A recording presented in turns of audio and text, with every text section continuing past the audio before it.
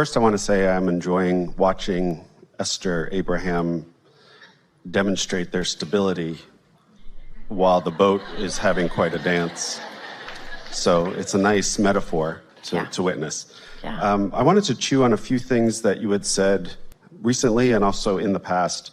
Most recently, just last session, you said, Esther, jokingly, she wandered into a New Age shop and thought Om meant run away. She didn't think it meant run away. She just thought she should. But she wasn't in a low vibration. It was just new and unknown to her. But like our friend before who was talking about it touching something, those people who were there in their higher, freer vibration, contrastingly activated within Esther beliefs and attitudes that evoked fear within her. But she was reaching for those in her life in some aspect? Well, she was living happily ever after on what she thought was her path. That just did not feel like her path. If she had known where she was headed, she would have made sure she didn't get here because of the beliefs that surrounded her. In other words, this is a perfect conversation to have on the heels of the conversation we just had, isn't it?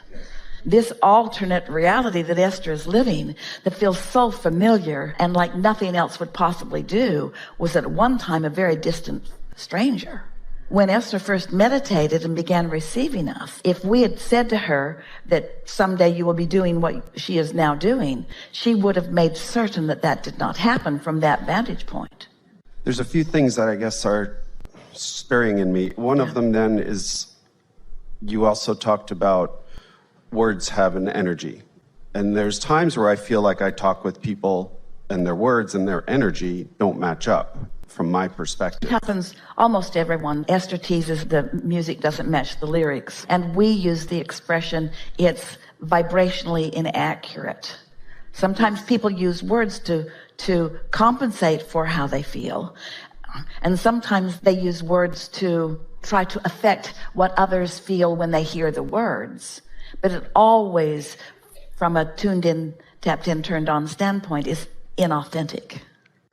So am I, in that situation, am I being more authentic to myself by feeling that difference in their vibration? Yes.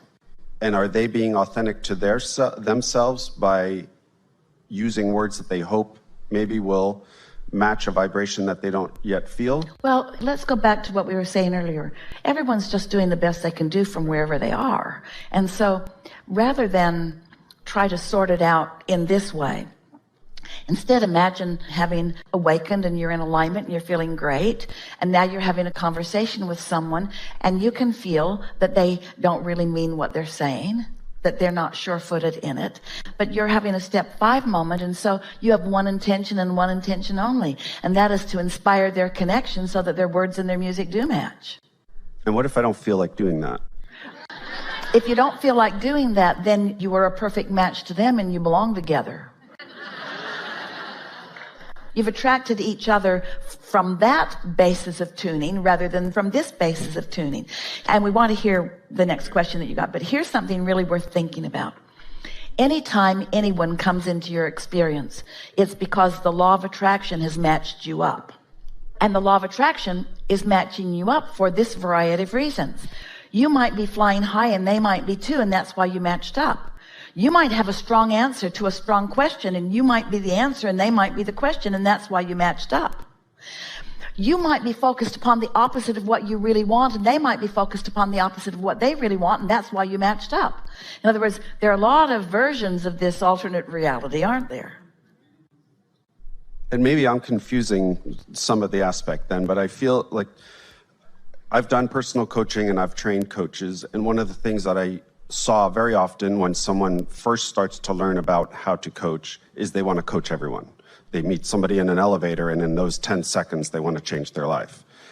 And as you go through it, you realize unless someone is asking a question, there's no sense in answering a question. This whole seminar has been pointed toward the answer to that. Your intention is to come into alignment rather than affect outcomes. And I guess that's where I'm trying so to many get some people that clarity. are coaching, in other words, just even the word coach implies, I'm going to help you change. I'm going to help you change something. We're not implying that it's a bad word, but in using the word, if you can just remember that you're coaching them into alignment, not into behavior change. To want to coach behavior change, we know this isn't your thing, but for a lot of people it is, like religions usually. To coach behavior change is to try to don the status or the place of their inner being. So I know what you want, and I'm going to coach you into alignment with the thing that is right.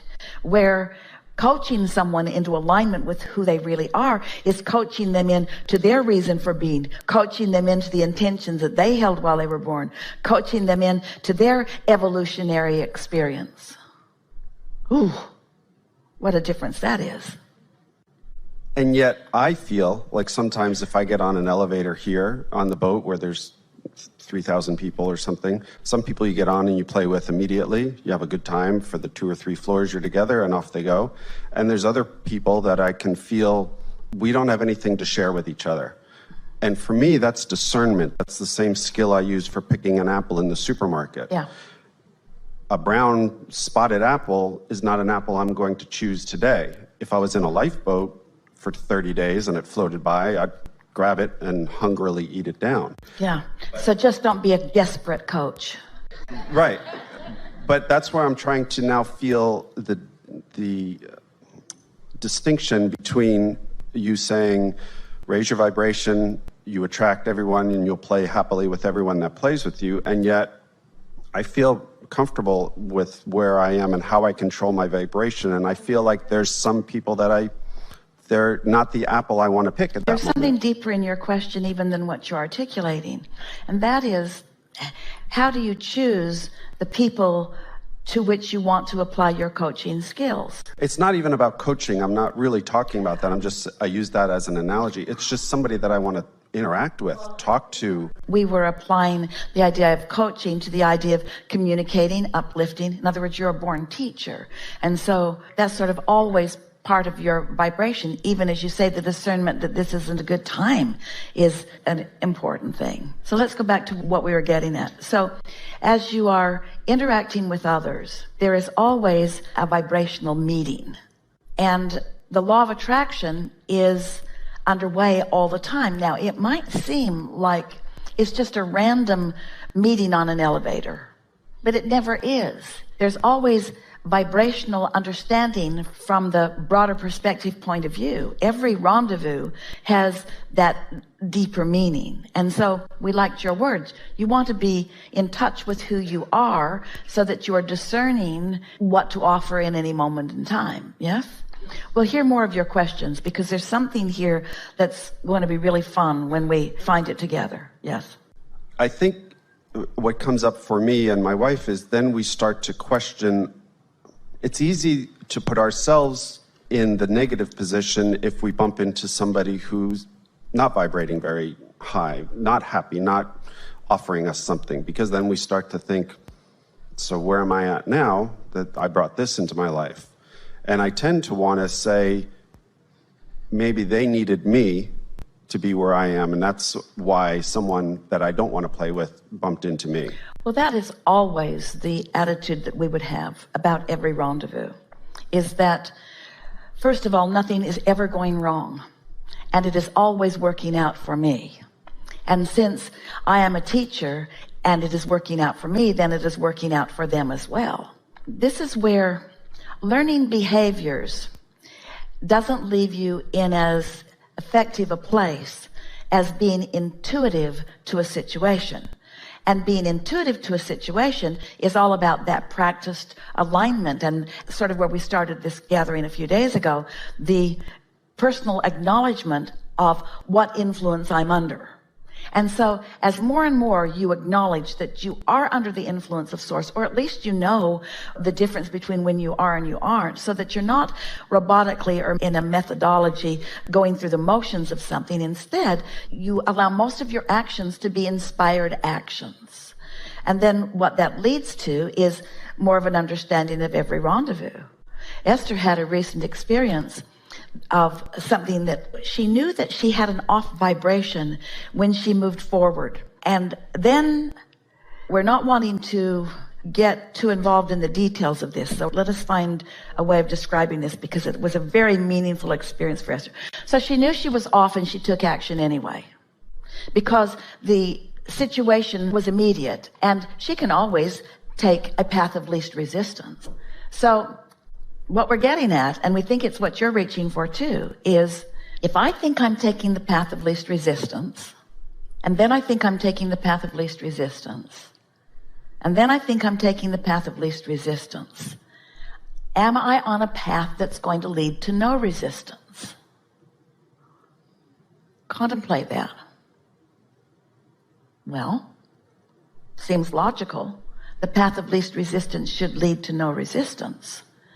But it also seems logical that if I've got resistance and I'm taking action from knowing I've got resistance, that shouldn't it get bigger? This is sort of where your confusion is happening, you and Esther too. Because if you don't decide that you're going to first make very sure that you're under the influence of Source before you follow any impulse, then your impulses could lead you further and further from what you really want, because law of attraction is going to give you what you are actively vibrating. Did we answer that in a way that you could hear it? It's deep. I did, and I yet feel like my question is going slightly different. All right, let's hear it. We have plenty of time, and you're right on something. I'll state it from my perspective, what I think is how I live. Before you go further, we want to say to you, you are a really good coach. Before you go further, we want to say to you that your intent for uplifting is very obvious to us. Let us say to you that everybody who comes to you from their inner being's point of view wants to know what you want, but they have varying degrees of resistance. And that's what you and your mate are acknowledging, is sometimes they come and they don't seem ready. It's like their inner being dragged them to you, and they're not ready to hear what you have to say. And I don't say it because I sense, and we sense, all the better, that they aren't really ready. All the better. So what is the obvious thing to do under those conditions? If their inner being dragged them to you and they're not ready to hear what you have to say, what's your purpose for being there? To thrive in their face. Okay. To be joyful in front of them, to be tuned in, tapped in, turned on, to be high on life, to be exhilarated to be alive. Not to ask them to do anything. You just demonstrate your own alignment. That's why their inner being brought them to you.